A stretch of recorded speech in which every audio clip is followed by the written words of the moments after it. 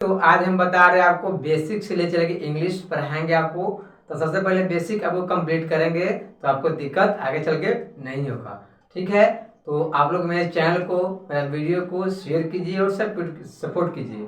ठीक है, तो चलिए आपको बेसिक से ले चलते हैं, इंग्लिश पढ़ाते हैं। ठीक है, तो ये देखिए एक बुक है।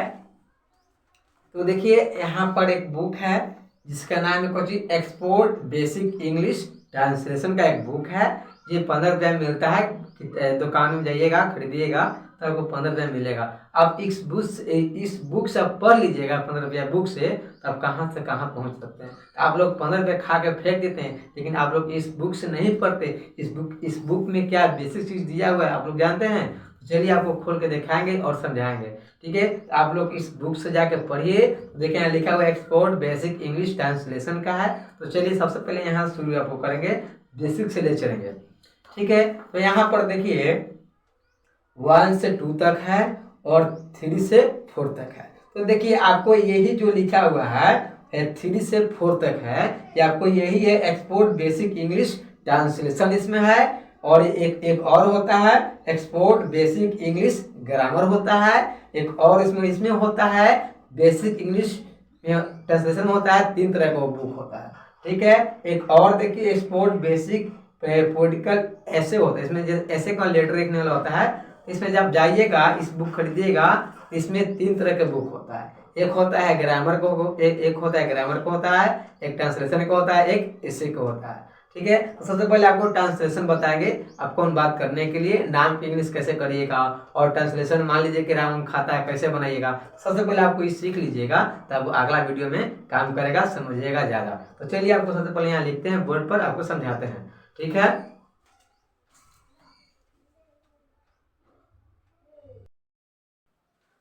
तो चलिए फ्रेंड लिखे हैं, तो बोलिए कि सर क्या पढ़ाते हैं, क ख ग कैसे कैसे क्या लिखे। लेकिन बाबू ये सब बहुत क्या है नहीं है, बहुत इम्पोर्टेंट है।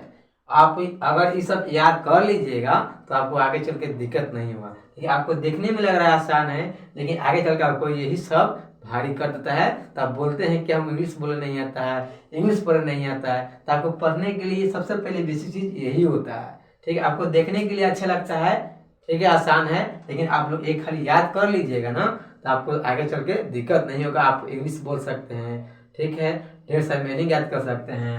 ठीक है, तो आप लोग इसी से यहाँ लिखे हैं कि हिंदी इंग्लिश अल्फाबेट। तो देखिए यहाँ पर लिखे हैं क ख ग घ अंग। यहाँ हम अ पूरा टोटल लिख दिए हैं।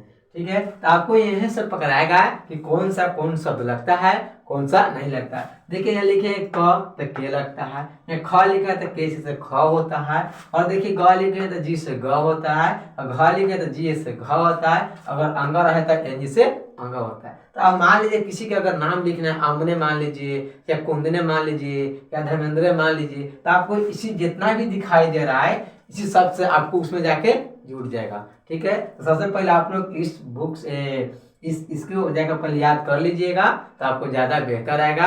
आप ज़्यादा इंग्लिश में स्कोर लाइएगा, ज़्यादा इंग्लिश बोल सकते हैं। आप लोग अगर चाहते हैं कि सब अगर याद नहीं रहे, आप ज़्यादा इंग्लिश बोल लीजिएगा, आपको इंग्लिश भी नहीं आएगा, वर्ड भी याद नहीं रहेगा, तब कैसे करिएगा, आप जाके एग्जाम में फेल हो जाइएगा। तो सबसे पहले आप लोग से मैं यही कहेंगे, देखने में भले आपको अच्छा लगता है, आसान लगता है, लेकिन आप याद कर लीजिएगा तो आपको आगे चल के दिक्कत नहीं होगा। तो हम गारंटी कर रहे हैं, 100% गारंटी कर रहे हैं कि आपको आगे चल के इंग्लिश में दिक्कत नहीं होगा। ठीक है, तो चलिए एक खाली इसको हम पढ़ते हैं। तो देखिए के से ख, के च ख, जी से ग, जी एच घ, एन जी से अंग होता है। ठीक है, और देखिए लिखे हैं सी ए से च होता है, सी डबल ए से छ होता है, जे से भी ज होता है, जेड से भी ज होता है। ठीक, जे से झ होता है, वाई एन से य होता है।